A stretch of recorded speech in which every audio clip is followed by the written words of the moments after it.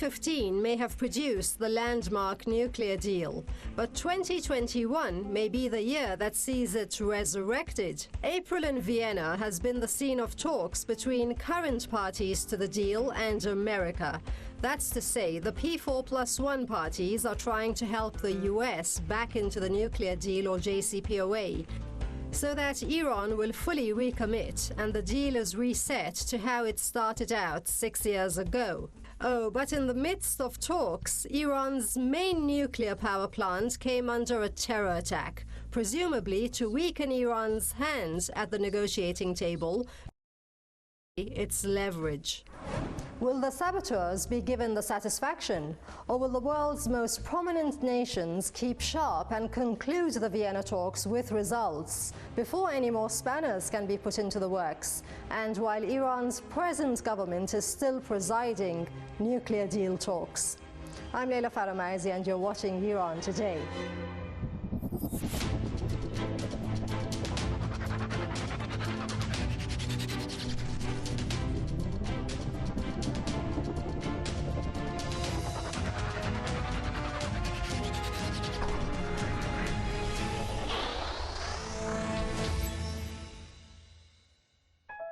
Nobody has directly taken responsibility for the attack on the nuclear enrichment site, but Israeli media has been filled with claims from unnamed officials claiming responsibility.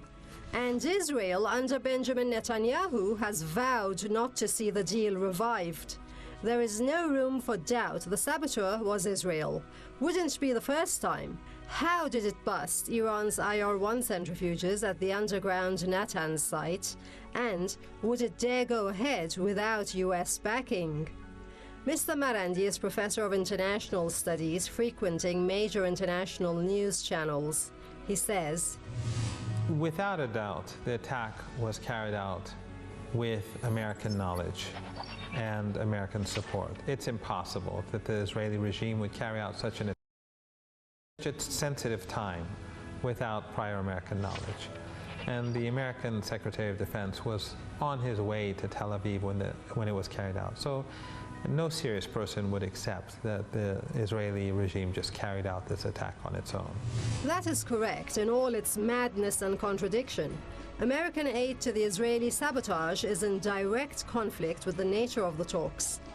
The nuclear deal, or JCPOA talks, are to convince Iran of American goodwill, of America's intention to lift sanctions off this country so that Iran can recomply and willingly slow down its civilian nuclear program. Instead, Natanz came under what Iran's nuclear agency branded nuclear terrorism. Vanpour is a political analyst who's been keeping close watch of JCPOA developments. He welcomed us at his home.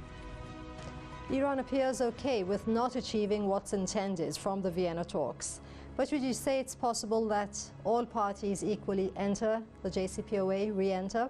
The ongoing talks, which is being held at Vienna with the representatives of Iran and 4+1 groups, they have just held different kinds of meetings during the past couple of weeks. But the results of the meeting has not been shown to the public up to now. The reason why it has not been concluded is that the West is on its own demand. In international relationships, we have a principle. They say, what is mine, and what is yours is negotiable. Mr. Mackey is a political analyst with all the details. He visited Press TV studios to share his views. Thing is, parties to the JCPOA don't have any more time to drag their feet along. So, are we going to get results? Are the US and Iran going to resurrect the JCPOA? The behavior and reaction of the European and American governments show that they have the political will to lift the sanctions and return to their obligations under the JCPOA. But reviving the deal isn't limited to Iran and the United States. There are actors inside Washington, Tehran, and also the region that can play negative or positive roles in the process of talks. This has made the talks quite complicated. We can't expect anything extraordinary to happen in the short term. The contradiction comes in brighter light as we look at Iran's reaction. Rather than getting blackmailed into even indirect talks with the US, it just immediately took to further and faster uranium enrichment.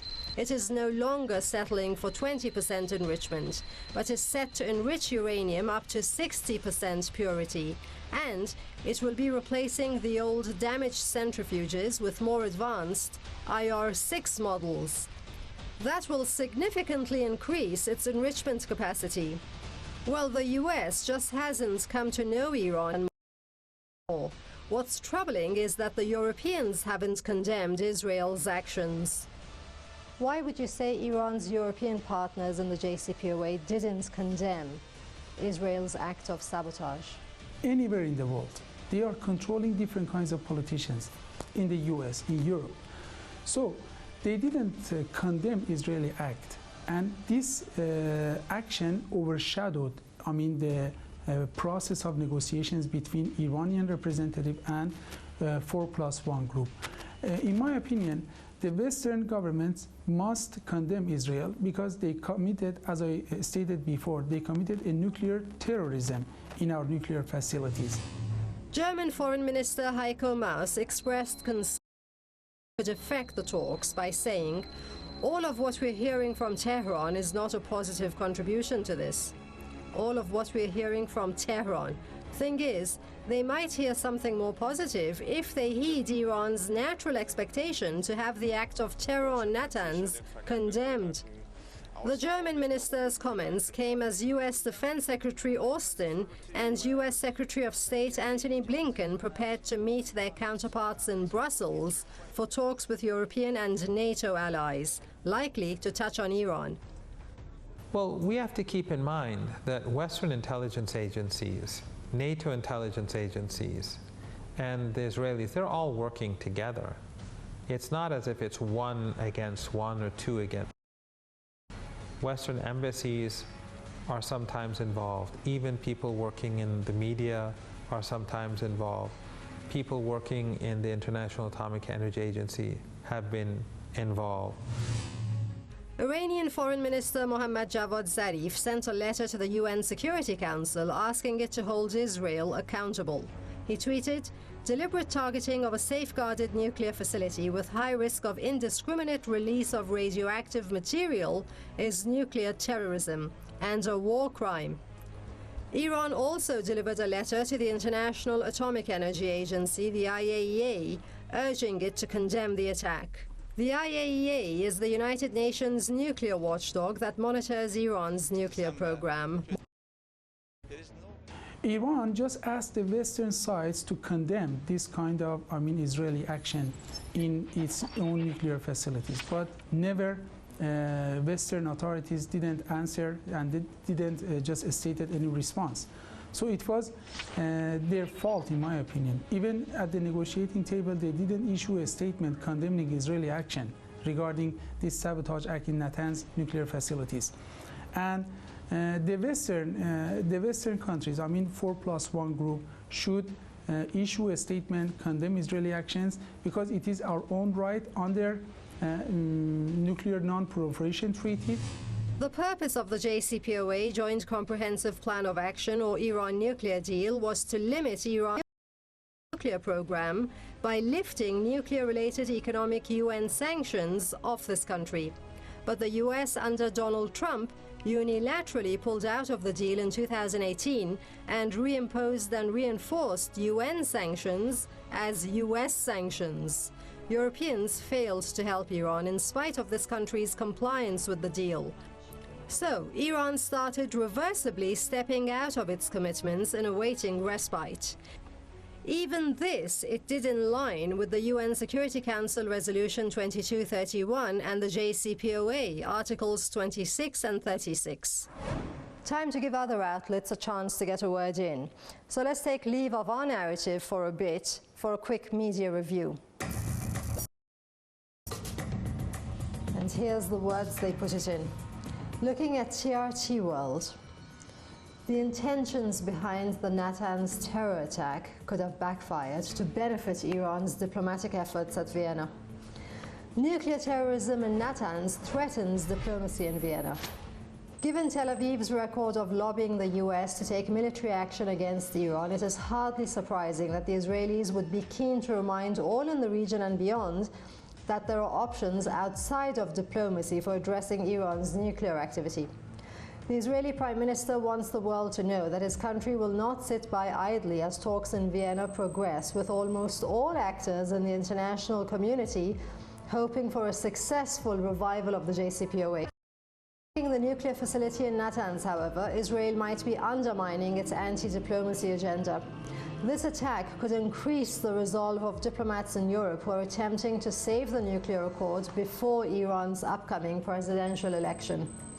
The attack will undoubtedly push all parties involved to redouble their efforts in finding a resolution during the ongoing negotiations in Vienna, according to foreign policy analyst Mehran Hagirian. Iran will use this issue as leverage in the negotiations and at the same time further advance its nuclear program in contradiction to the JCPOA until an agreement is reached in Vienna. Tehran Times tells of how Iran will be responding to the Natanz sabotage. "We will avenge sabotage in Natanz's land," says government. Speaking at his weekly press briefing, Ali Rabi'i condemned the terrorist attack at the Natanz nuclear site and stressed that action against the Natanz nuclear site shows the defeat of the enemies of Iran's industrial and political progresses.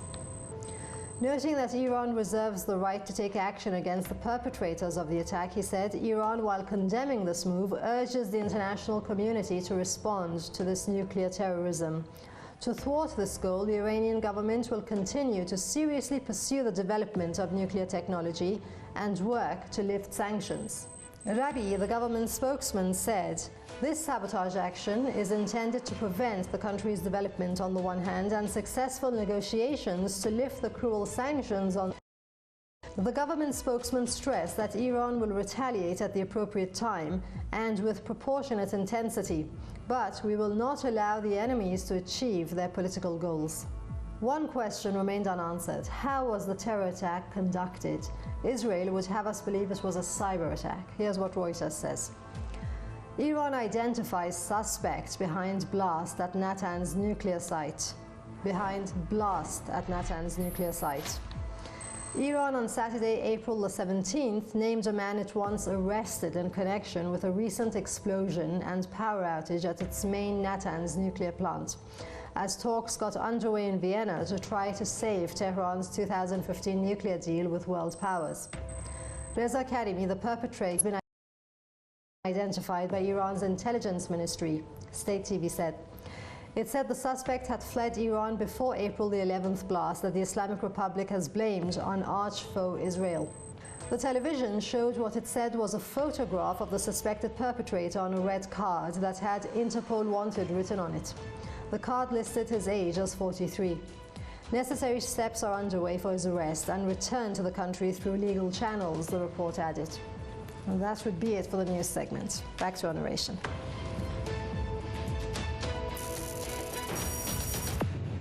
Cyber attack or infiltration and physical harm. Perhaps cyber attack by infiltration. Natanz was targeted also in July. An explosion refuge assembly plant at the site. Hence, Iran said it would rebuild the site deep inside a nearby mountain. That's yet another instance to suspect Israel for, in addition to a string of incidents including assassinations stretched over the past decade. Looking at Israel's terror attack on Natanz, how do you see the Vienna talks ending? The Vienna talks over the past week following the Natanz incident have seen many ups and downs. The United States and Europe's positions toward the developments have been something of a double standard. Attacking a country's nuclear facilities is unacceptable anywhere in the world. If this trend continues, it could pose a threat to regional and global security. The world's nuclear nations have signed agreements and have established a red line for the security of nuclear facilities around the world, because they are well aware that if the nuclear security of the facilities is threatened, it will not be limited to that country or region. Not only was the act not condemned by European parties to the deal, they further boycotted Iran at the same time. Iranian Deputy Foreign Minister Abbas Araghchi quoted himself in telling the European Union, "We told them that even your human rights sanctions that you imposed 2 days ago we consider as JCPOA-related sanctions, because right in the middle of negotiations you decided to impose sanctions, and that is certainly meant to undermine the current negotiations and to undermine the JCPOA altogether."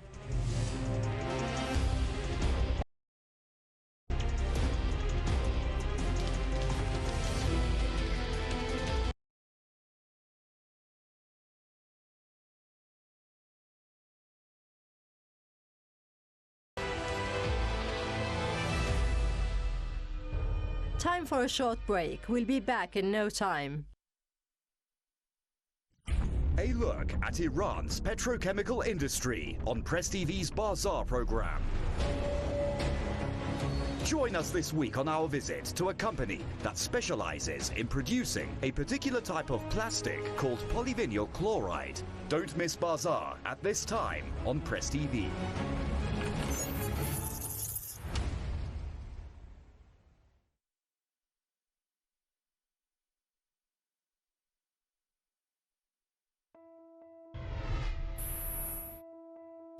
Natanz found itself first targeted by a major cyber attack in the late 2000s, which is why the recent incident was readily suspected also to be a cyber attack.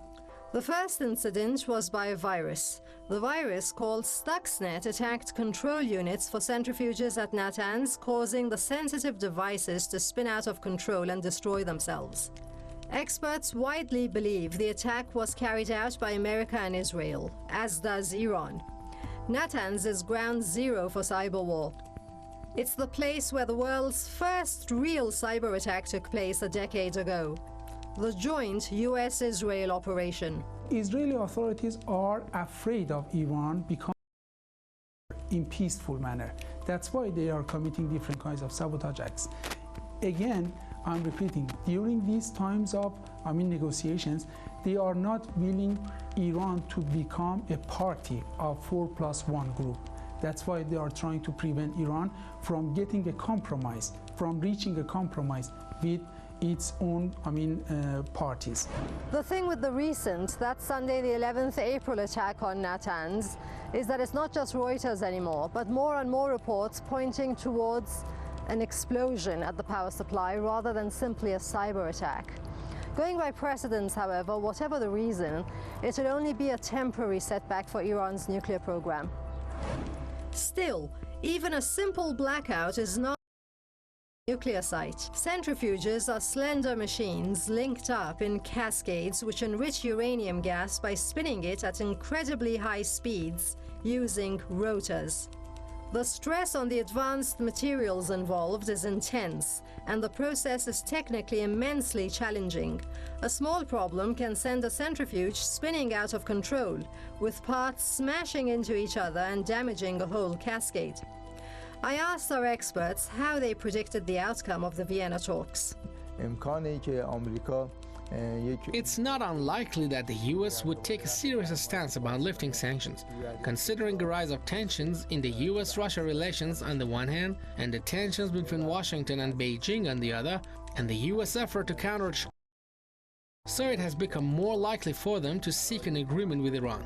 That being said, the parties who are opposed to JCPOA have adopted destructive policies that could affect the process of the agreement's revival. Israel's terrorist activities are part of that. P4 JCPOA member state China is aware of the situation. Wang Kun, its head of delegation to Vienna, called for a faster pace and fewer distractions.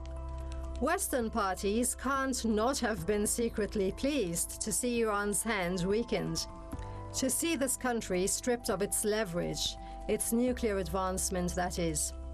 Thing is, Iran never was stripped of anything. It's just picking up its nuclear program where it left off, and even without that, it never meant to resurrect the deal at any cost. The idea was, the US will lift all sanctions in a single stroke. Only then will Iran scale back its nuclear enrichment levels in recompliance with the nuclear deal, and only after verifying that sanctions have really been lifted. That can take 6 months. The reason why the US didn't represent at the negotiating table was that it was Iran demand that the US Rob Mali should not be a representative of 4+1 at the negotiating table. It was Iranian request, and it was a great, achievement for Iranian negotiators at the negotiating table. So, in my opinion, we must pursue our own demands. We should not get back. We should just move forward, insist on our request, insist on our demands to remove all sanctions at the same time, completely, without any precondition. And after that, there should be a safeguarding agreements between Iran and 4+1 or 5+1. Because in future, if Israel commit this kind of acts, we have to have a mechanism in order to respond to this Israeli act of sabotage. You see, the attack on the Natanz nuclear facility a few months back and the recent attempt show there is a security gap in Iran that the Israelis can exploit and infiltrate to assassinate Iranian nuclear scientists and damage nuclear facilities. But the other point that should be noted about Iran's nuclear program is that it has become indigenous. Israel cannot be more wrong to think that an attack on a nuclear facility could hinder Iran's efforts and prolong the Vienna talks or even result in the JCPOA's demise. But that didn't happen. Sabotage and crime stretched over a decade, all leaving behind a trail of Israeli footprints. Here's the sum of lives lost. 5 scientists in 10 years, plus in some cases their companions. By end November 2020, at least 4 nuclear scientists had been killed in vehicle bombings and shootouts, and several others had been targeted but survived. Those killed with martyr status are Masoud Ali Mohammadi, Dariush Rezai-Nejad, Mustafa Ahmadi Roshan, and most recently on the 27th of November 2020, Mohsen Fakhrizadeh. Both the US and Israel denied involvement. Fereydun Abbasi was wounded end 2010, but he survived after being rushed to hospital. The most recent sabotage of the nuclear program followed Iran's unveiling of its nuclear achievements, which are of great use for medical purposes, say making medicine. The unveiling happened on National Nuclear Technology Day, April the 10th, 2021. Saturday, April the 10th, saw an exhibition of 133 technological innovations with civilian and medical uses. In Isfahan's Natanz alone, the audience gassed to 164 all-Iranian IR-6 centrifuges, slated to be mass-produced on an industrial level. Also, mechanical tests began on the top-of-the-line IR-9 centrifuge that has a separative capacity of 50 SWU. And a unit to assemble and evaluate advanced centrifuges was launched. There, the presenting engineer said more than half of all operations are currently industrialized. Natanz, where the country's largest nuclear facilities are located, is in central Iran. 3 major nuclear sites apart from Natanz are the Arak heavy water reactor facility, Bushehr nuclear power plant, and Fordo enrichment site. Ill will surrounds JCPOA talks, even by some Arab neighbors. Although, according to insiders, technical talks would continue at the expert level in the areas of sanctions and nuclear enrichment. Also, bilateral meetings would continue on the sidelines. Iran's antagonists, regimes like Saudi Arabia and Israel, they're facing major problems. We see in Yemen that the Saudis are being badly defeated alongside the Emirates. And when their overlords, the Americans and the Europeans, are having their own problems, that basically means that Iran's influence rises. The influence of Iran's allies rise. So if the Americans want to continue hostility with Iran and to continue with heightened tensions, then more trillions of dollars in this region at a time when they cannot compete with the Chinese. Apparently, parties have come to a considerable understanding, finally. As of Monday, April the 19th, here's what was tweeted by Mikhail Ulyanov. That's Russia's permanent representative to organizations in Vienna. Summing up the results of 2 weeks of deliberations on JCPOA restoration, we can note with satisfaction that the negotiations entered the drafting stage. Practical solutions are still far away, but we have moved from general words to agreeing on specific steps towards the goal. That's it for today, but there's plenty more to follow, so do return to the board next week and each week after. From me and the whole team, thanks for watching. Bye for now.